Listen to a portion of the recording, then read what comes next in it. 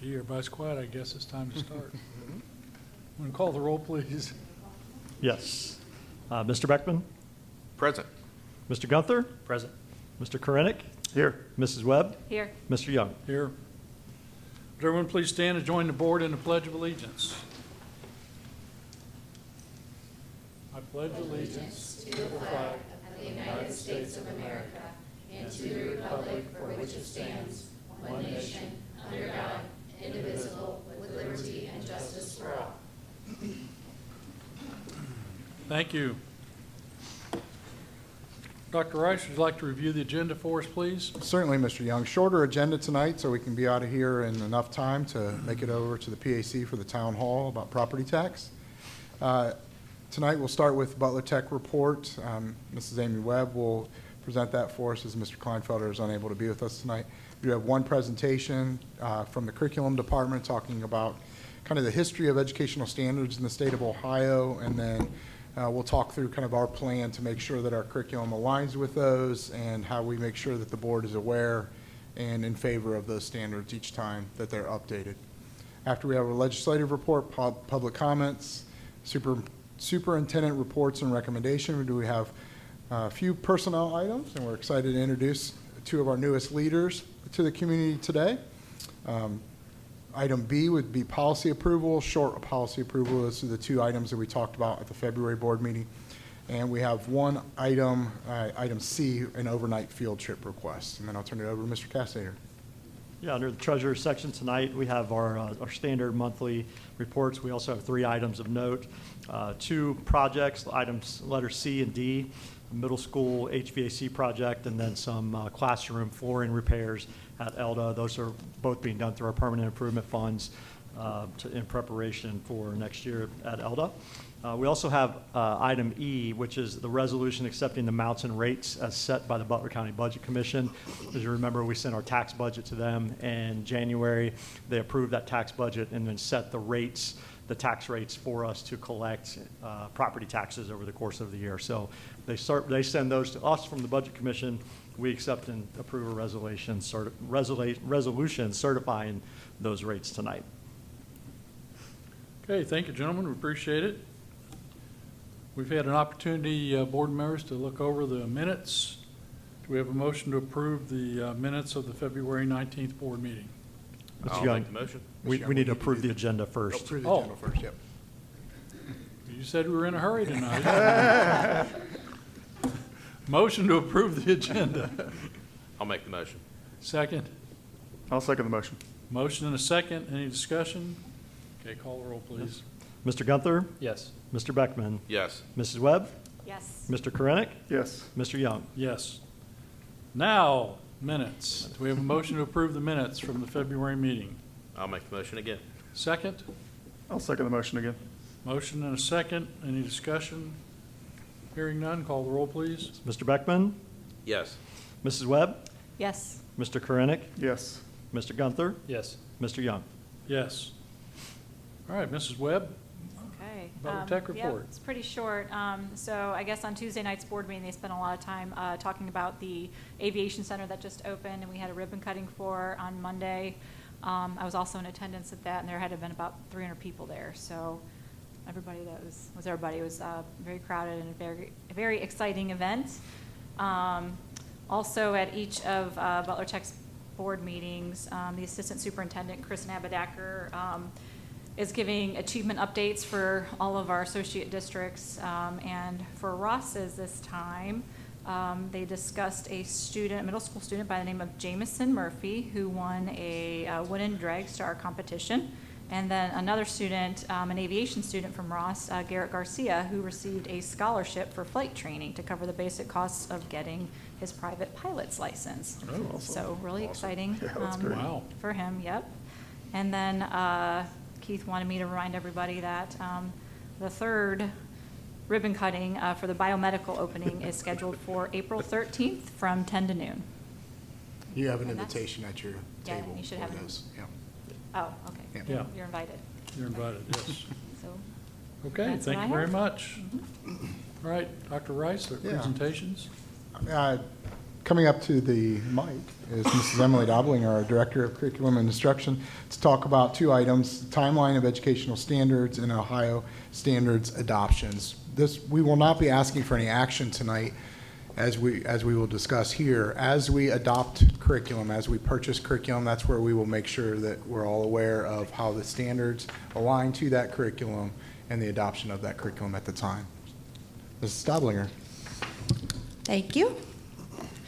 I believe you guys have these documents linked as well, so all of the links that are on these documents, you should be able to open on those on the agenda.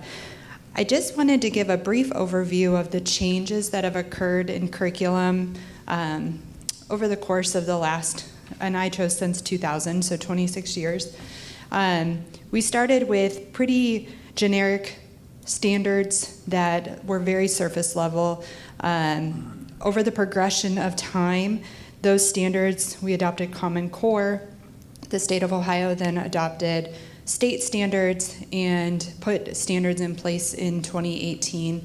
We are currently in the first kind of revision process of those common state standards. So you will notice, and I'm not going to read this to you guys, so please look this over on your own time if you would like. But I wanted to show you on the page, there's a chart here. It shows you where the first standards were adopted, what year those were in, and all of those are linked on here. And then there's a second column that shows you which ones have been revised up to this point. So as standard revisions are sent out, the state goes through multiple processes of these standard revisions, and so they'll send things out to local districts to get feedback from teachers. So anytime that there's a standard revision or a process of a standard revision, we are sending those to our teachers and encouraging them to provide feedback so that their voice gets heard in that process. Once the state adopts a new revision of the standards, we go through a process locally where we're looking at what's called a crosswalk. The crosswalk looks at what the previous standards were, what the current standards are, what are those differences. We're engaging in conversations around our programming to make sure our programming aligns to any revisions that have occurred, and then engaging in conversations if our program does not align, what are our next steps? These are state mandated standards. We don't have an option. We don't get to choose what we teach anymore in Ohio, and so these are requirements. They are typically not voted upon by boards because they're state mandated, and through ORC we're required to adhere to them. There are several revisions that are happening right now. So we just got communication from the state regarding ELA adoption changes, or standard changes. So we are in the process of sending those emails out to teachers, encouraging them again to give feedback. With the literacy plan that came out the last couple of years, we anticipate drastic changes to our ELA standards in the next couple of years. The great thing is that part of the literacy plan for ELA came with requirements of curriculum that was state approved. So when we went through our curriculum adoption last year, which was board approved, both programs that we adopted were state approved curriculums that we were required to choose from. So because the state chose those curriculums, I'm guessing those standards will align to the curriculums that the state approved. That is always my hope. So my hope is that nothing drastically changes with the standards and the programs that they've approved, but obviously we will be going through all of that as those things are released. The state is currently in a K-12 math plan process, so very much like literacy, they are adopting a math plan that they have indicated will come out again with state-approved curriculum that we will likely have to choose from moving forward. Our math adoption will happen in 28-29 school year, and so we will pilot the year before that. So our pilot program typically will last a whole school year, and we do that 1 year before we have to adopt. All of that is outlined for you on this last page. We have a pretty extensive adoption cycle that we like to follow here at Ross. And so you'll notice each year kind of our big ticket items. Our process of doing this is we start by having conversations with our teachers around our current curriculum. How does it meet our needs? What are the gaps? What are the things that we are missing? Where are those gaps in standards? What are we noticing our kids are missing when they take the state assessment? We go through that process first, so pretty much an audit of our current systems and programs. And then from there, we go out and we look for different programs that meet our needs. And so we will bring vendors in to talk to our teachers. We will have lots of conversations around what the programs offer, and then we try to narrow it down to ideally 2 different programs that we will pilot, 2 or 3 programs that we will pilot. Our piloting of programs can look a variety of ways. We could pilot a program for an entire year and have a small group of teachers do it. We could have every single teacher engage in a piloting process, which is what we did for ELA. We can have building leadership teams run pilots and then come back to the other teachers and talk through what those programs look like. We'll typically get voice in that from our building administrators as well as our teachers. So when we did the ELA adoption, our building administrators were adamant that every teacher is involved in that pilot program. I have found in the past in other districts that I've done adoptions, having every teacher involved is a very good system, because it gives everybody the option to try everything and then engage in very rich conversations of how those programs match the curriculum, match the standards, match all of the things that we're required to teach.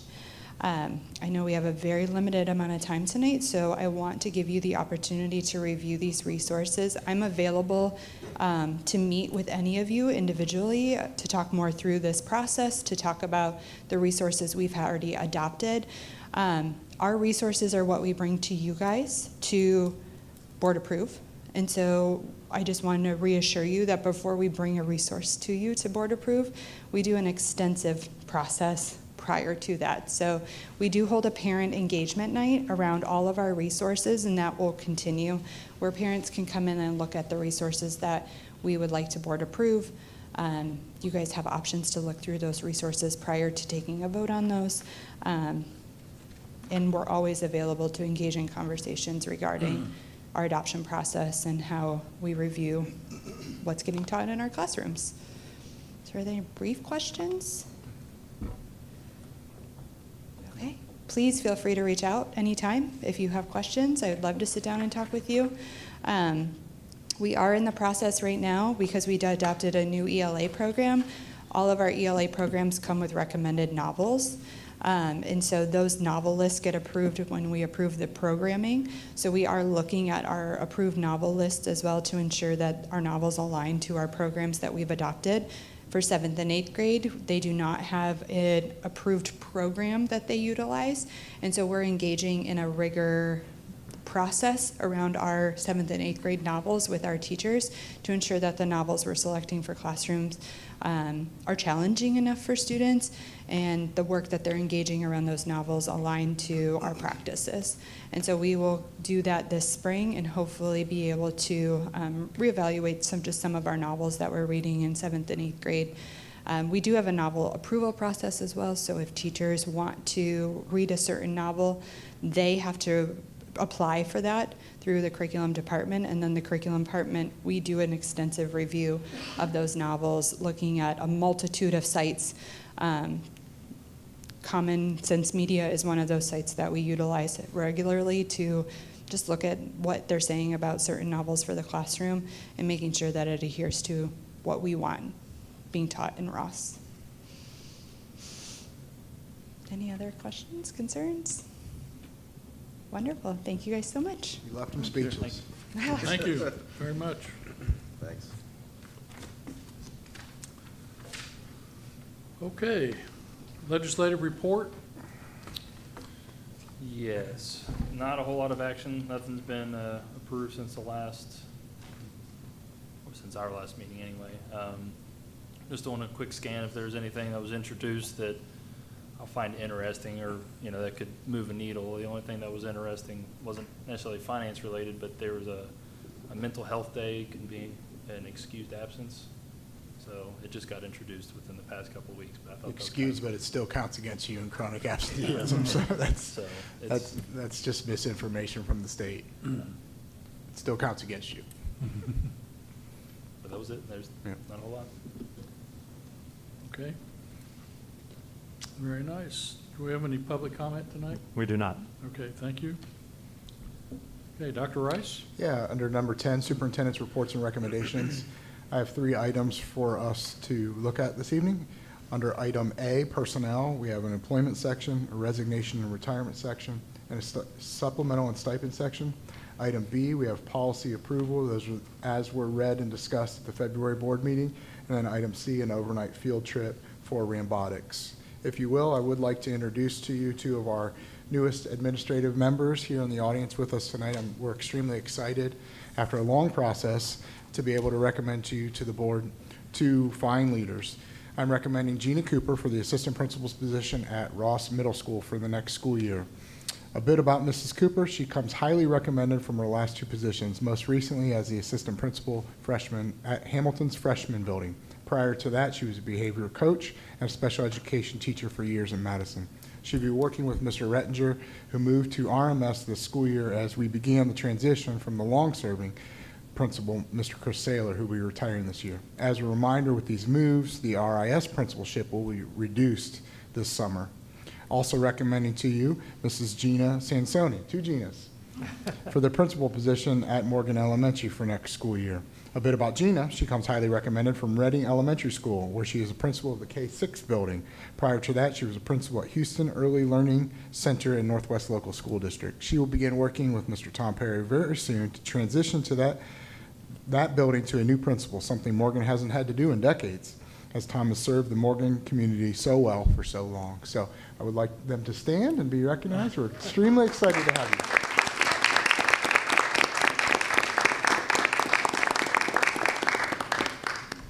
Those are all the items I have under Superintendent's Reports and Recommendations. Thank you very much. It's all yours, Mr. Castater. We need a motion to approve. Approve all those, Yeah. right? We do, don't we? Boy, I'm having a rough time tonight. Do we have a motion to approve Dr. Rice's recommendations? I'll make the motion. Is there a second? I'll second. We have a motion and a second. Any discussion on the motion?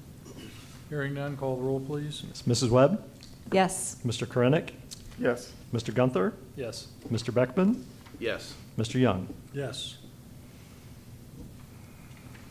All right, All that's seven items tonight, letters A through G. As I mentioned, are a handful of our standard monthly reports, 2 PI projects, HVAC project at the middle school to repair a branch box, and then ELDA classroom flooring project to remove some moisture and replace the carpet in 2 classrooms at ELDA, in addition to the resolution for the amounts and rates from the Butler County Budget Commission. So I'd like to block letters A through G together for one vote. Do we have a motion to approve Mr. Castater's recommendations? I approve the motion. I'll second. We have a motion and a second. Any discussion? I do have a question. Which 2 rooms at Elda were those? Do you know? 309 and 311. In the back hallway? Okay, were those the ones that were put on during the School Facilities Commission Yes. project? On slabs. And I thought I read something about a vapor barrier issue. Yes. Shock was a contractor on that during that process, if I'm not mistaken, who put the flooring down. Do we know, was it something that they should have done, do you know, or not? I think they're still working on that, figuring out, but a lot of it leads more to HVAC than the HVAC system. So the They've moi, already ripped up the floor, there's no mold underneath there. yeah, Yeah. okay. So, So it was an issue that the room, moisture was building up in the room, is that what the issue is? correct. Okay, so it wasn't a moisture barrier with moisture coming up through the floor then? I don't think so. Okay. All right, just curious. All right, so we go ahead and call the roll, if you would, for the motion. Yes. Mr. Korinik? Yes. Mr. Gunther? Yes. Mr. Beckman? Yes. Mrs. Webb? Yes. Mr. Young? Yes. Motion passes. All right. Do we have any reports from the Facilities Committee? Facilities, we will actually be needing next week, or no, I'm sorry, next month, and then I think we'll have the meeting is before the board meeting, so we'll have an update next month. Okay. We did have a finance committee meeting, we analyzed a lot of the monthly stuff. Steve just went over a lot more detail. One of the things that was discussed was moving some money from the general account to investments because interest rates are as high as they are. I mean, we made $8,000 last month just on interest. So, all interest rates are high. To move some of the money over, though, it won't be stuck in there. So if we need it for an immediate need, Steve was referencing that we could pull it out within a month, somewhere like that. So it's not a permanent move. Then we just reviewed a couple of PI expenses, but that was the majority of that.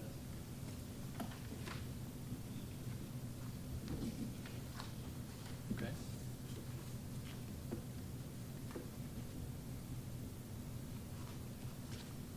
You want to talk about the legislative committee? I guess we did have one of those, didn't we? We did? Yep.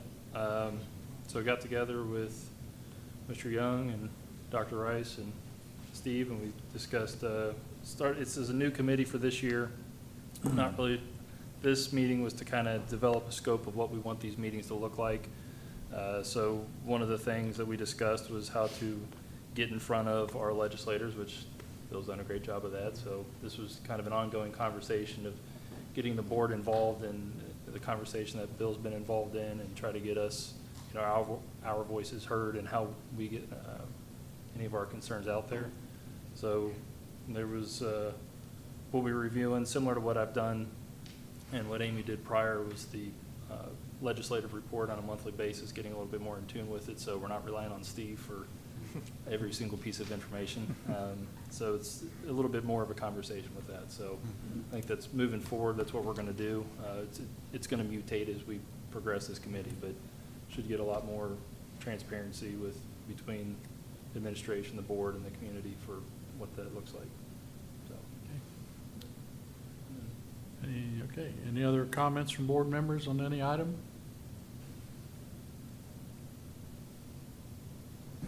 Nope, everybody's happy? That's good. Okay. Do we have a motion to adjourn? I'll make the motion. Do we have a second? I'll second the motion.